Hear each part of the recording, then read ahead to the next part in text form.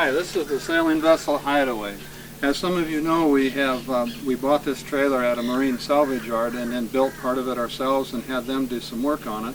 And I wanted to point out a few things that we think went right, a few things that went wrong, and a few things we don't know about yet.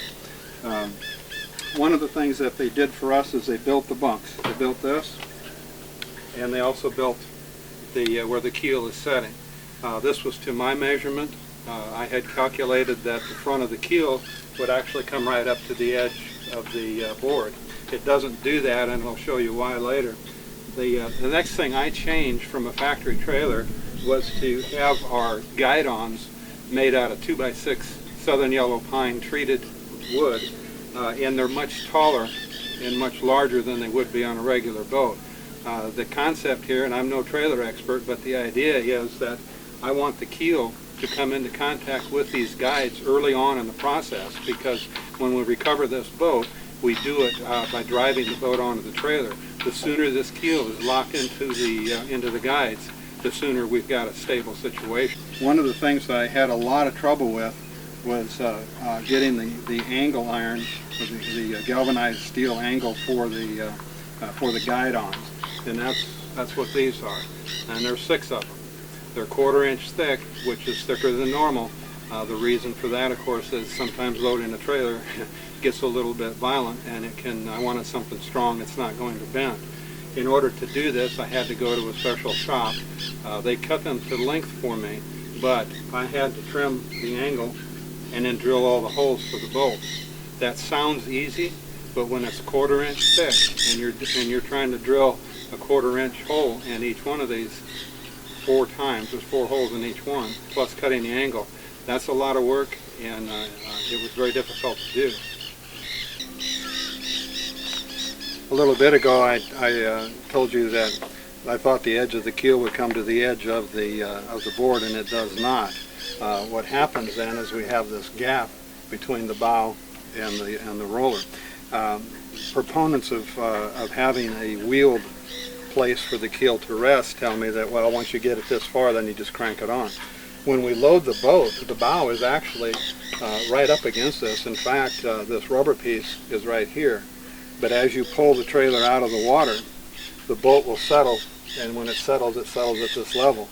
I don't think that's a problem just because we don't travel with it over the road yet. It may become an issue as we venture further into the realm of trailer sailing. The other thing you might have noticed is this pedestal.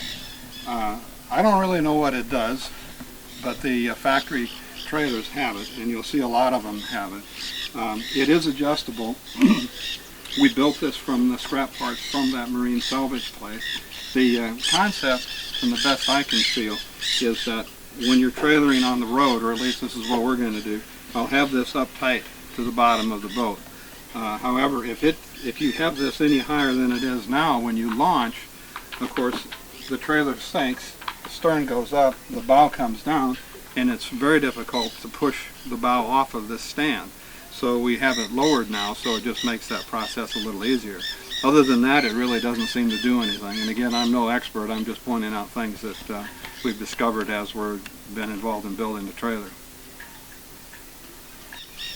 A while ago I told you that we had them do some of the work. The Marine Salvage Yard did some of the work. One of the things they did was this trailer did not have a braking system.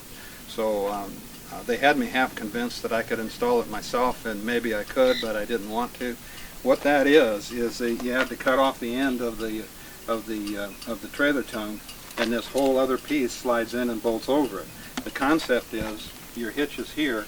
As you apply brakes on your vehicle, it slides backwards. That accentuates a hydraulic braking cylinder that will work on one of the axles on the boat. In Florida, if your boat weighs more than 3,500 pounds, you need to have a trailer that brakes. Therefore, we bought this contraption from them, and I let them install the entire system, and I was very, very glad I did. Even though this was a marine salvage yard and they did have some sailboats, they had absolutely no clue as to how to build a sailboat trailer. And that turned out to be quite a problem for us, because when I asked them to put on a tongue extender, this is what they've come up with. We did have a horizontal pin that goes in, and it's important that's horizontal. But this thing hangs down so low that we had to build a special platform to get the to raise the trailer high enough to get it onto the truck. The other thing that they didn't realize was where to drill the holes for the extender. This hole I had to drill, and it's a 1/2 inch thick hole to get this in. Of course, my drill and your drill, your normal consumer drill, will only handle a 1/4 inch bit. That meant the choice was to go out and buy a $30 bit, a $250 drill, or come up with another solution to drill these holes. What I came up with was to use my regular drill and drill successively larger holes. Then I went and bought a bullet nose rasp that goes into a drill, and then we just were able to widen the hole so it was exactly a 1/2 inch.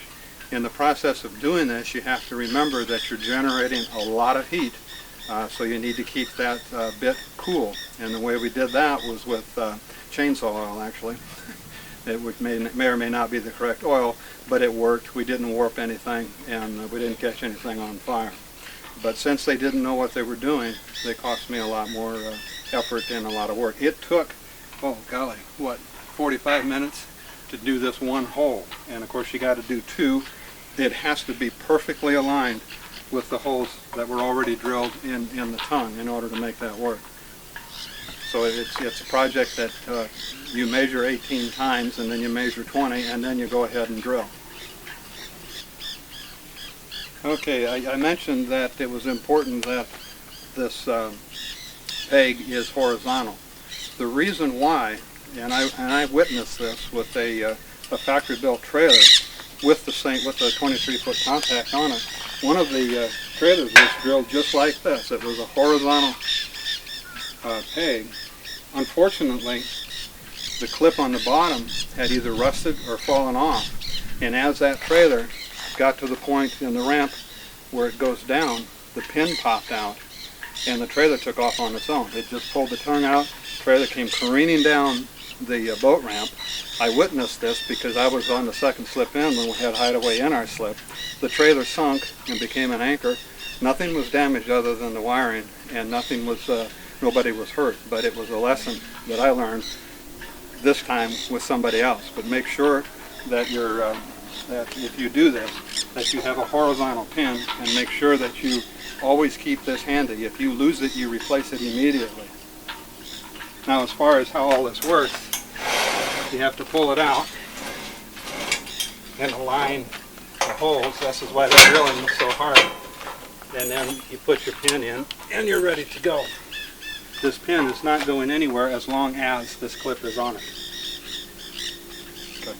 I mentioned before that there's some of the tasks I did not want to do myself as far as building the trailer goes. One of them was the brakes itself. They assured me that the axle that was on the trailer would accommodate adding brakes, and it's no harder than adding drum brakes or changing drum brakes out on an old 56 Chevy that some of you may have owned, as I did. However, it proved not to be the case. The axle would not work. Fortunately for me, I had just told them, I don't care, you put it on, factored into the price, we're out of here. Well, they didn't know that it wouldn't work either, so they had to go out and buy a brand new axle for this. Brand new brakes, everything is new. They had to run the lines, bleed them. They paid no attention to the relative size of the tires that were on the vehicle. I don't know if that's going to be an issue, but the clearance is not the same here as it is here. They did add a cross member for me in that too, and they did the welding and all that for me.